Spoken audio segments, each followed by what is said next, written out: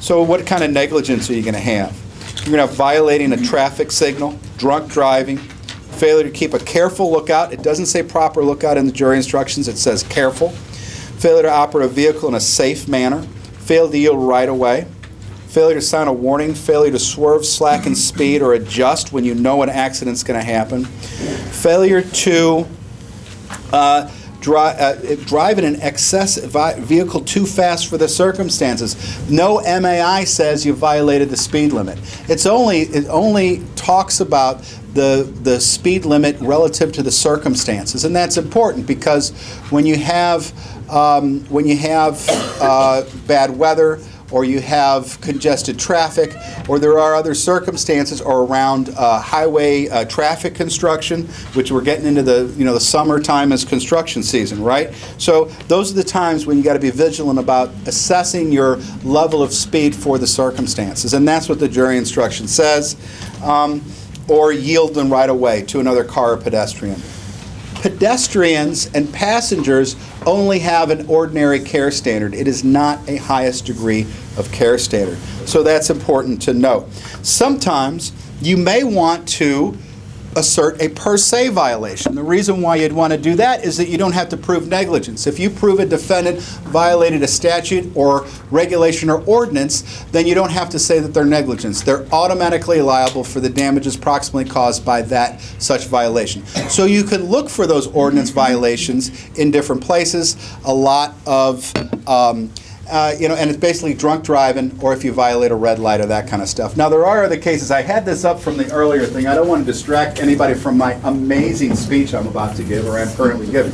But, so in this case right here, after this deck collapsed and my client was injured, St. Louis County, bless their souls, came out and marked out of code 60 apartments because the porches were not connected to the walls. And so we obviously, they violated an ordinance, and this is a timeline. This is kind of from my advance.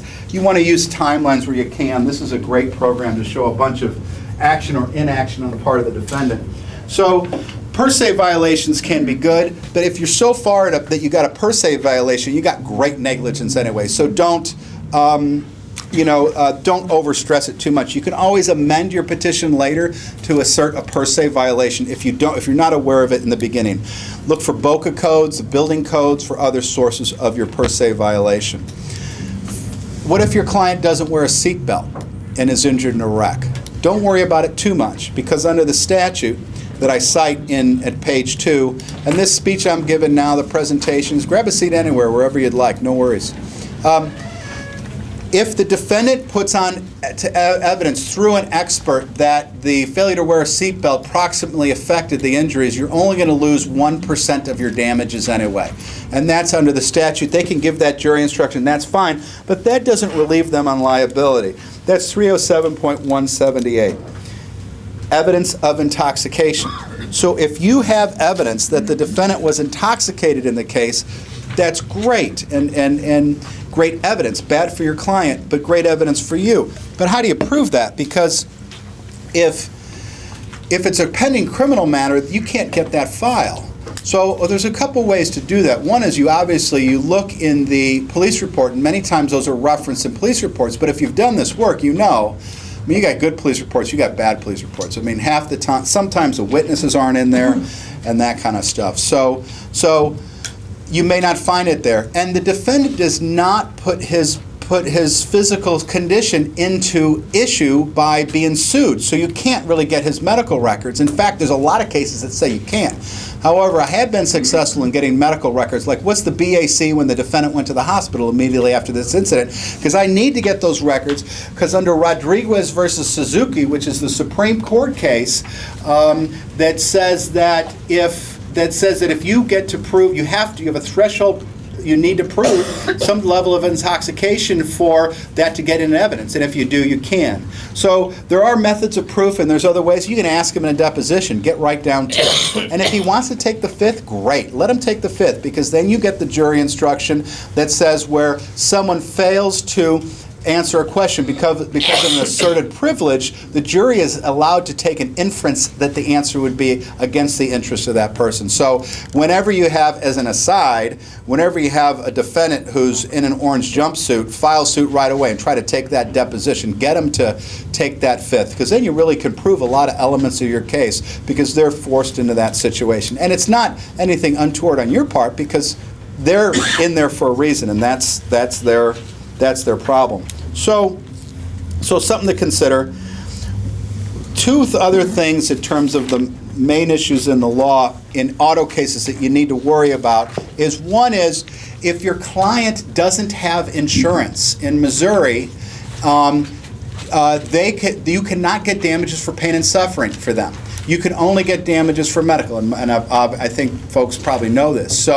I frankly usually don't take those cases, because what I tell clients with that is, I don't know if I can really add value to your case, because if you have your medical damages, call the insurance company and try to get them to pay your medical expenses. I don't know if I can help.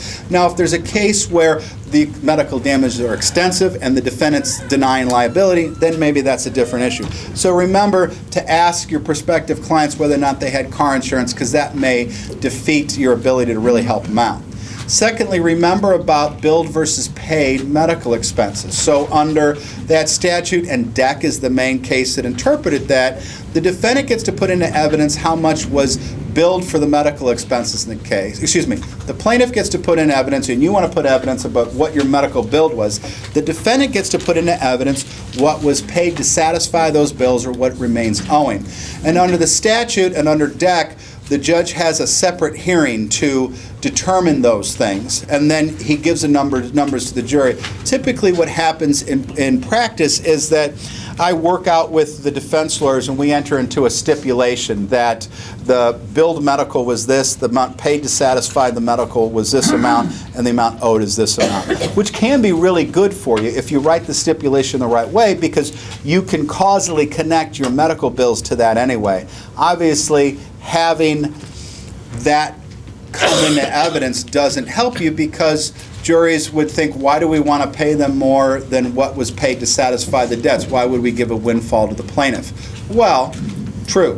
One of the things you can do, and this isn't in the materials, but there's one things that I do sometimes is use MAI 2.07 or 3405. And what those do is that they say 2.07 came out of a judge in Jefferson County, Judge Kramer, and what that says is that if the jury knows about insurance or knows that someone else paid something to satisfy one of the damages from the defendant, they're to disregard that, and the judge is to use that later. So sometimes I offer 2.07 or 3405 to try to deal with that. And 3405 is another way to take insurance out, because frankly, whenever you're talking about medical bills and paid and owed, there is you're putting collateral source or someone paying for those bills into the case. There's a bill right now that passed the House to make it so that the defendants only get to put in paid only, and the plaintiff can't even put in the billed amounts.